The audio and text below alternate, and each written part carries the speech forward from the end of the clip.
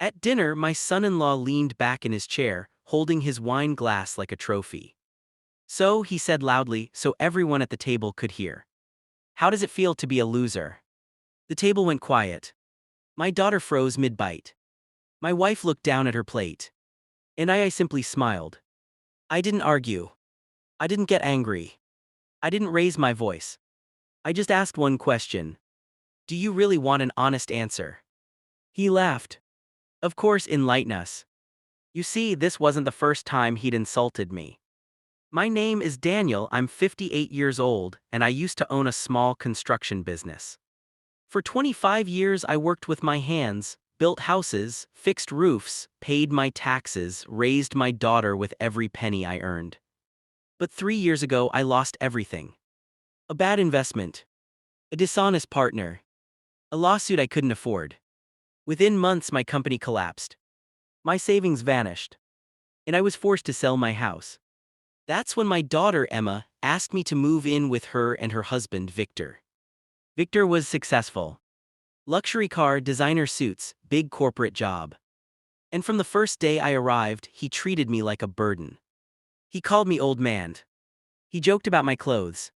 He reminded me daily that I contributed nothing. But I stayed quiet. Not because I was weak. Because I was planning. That night at dinner, Victor smirked. Come on, Daniel, he said. No jobs, no money, living in my house, you're basically a professional failure. My daughter whispered, Victor, stop.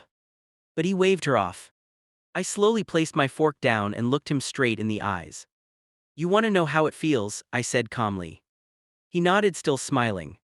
It feels temporary. That made him pause. What's that supposed to mean, he asked. I stood up. I'll tell you a story. 30 years ago, when I was your age, I was homeless for 6 months. Victor blinked. What? I slept in my car, showered at gas stations, ate bread and peanut butter. I didn't tell anyone, not even my wife. The room was silent now. I worked 3 jobs, saved every cent, built a company from scratch, and raised a daughter who now sits at this table. I turned to Emma and smiled softly. Victor crossed his arms. Nice speech, still doesn't change the present. I nodded. You're right, so let's talk about the present. Then I pulled an envelope from my jacket pocket and placed it on the table. Victor frowned. What's that? A contract, I said, from your company. He froze. How do you have that? I met your boss yesterday. Emma looked confused. Dad, why? I turned to her. Because Victor's company is about to lose its biggest client. Victor's face went pale. You're lying. I slid the contract toward him. You recognize that name, I asked. He read it. His smile vanished. That's impossible. It's my old partner's company, I said, the one that betrayed me. Victor whispered, you said they ruined you. They did, I said, but they also left me something, their biggest weakness. 2 months ago, while Victor was busy mocking me, I was rebuilding.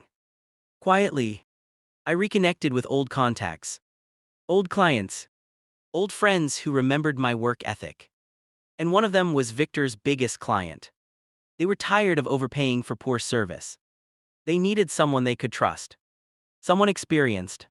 Someone hungry. I looked at Victor. That someone was me. Emma gasped. Dad, you started again. I did, I said, small from my garage. Victor slammed his hand on the table. This is ridiculous, you can't steal my company's client. I smiled. I didn't steal them, they left you. Silence. I leaned closer. Do you know why? Victor swallowed. Because while you were laughing at me, you were ignoring them. My wife finally spoke. Victor, is this true? He didn't answer. I continued. You measured success by money, I measured it by loyalty. I stood up straight. So Victor, you asked how it feels to be a loser. I paused. It feels like someone who knows how to rebuild. Emma stood up and hugged me. I'm proud of you, Dad. Victor's voice shook. You planned this. No, I said, I survived this. 2 weeks later, Victor lost his job. Not because of me. Because his boss found out he'd ignored the client's complaints for months. Emma came to my workshop one morning. He wants to apologize, she said. I nodded. Tell him I'll listen. That evening Victor came to my garage. No suit. No arrogance. Just fear. I was wrong, he said. I thought money meant power. I wiped my hands and looked at him. Power is what you do when you have money. He lowered his head. I humiliated you. Yes, I said, and now you understand why that was stupid. He swallowed. I'm sorry. I didn't smile this time. But I didn't shout either. Sit down, I said, I'll teach you something. 3 months later, Victor was working for me. Not as revenge. As a lesson. He answered phones. Delivered materials. Carried boxes. He never laughed again. And every night at dinner he was quiet. Until one evening he said, Daniel, how does it feel not to be a loser? I looked at him. It feels like freedom. And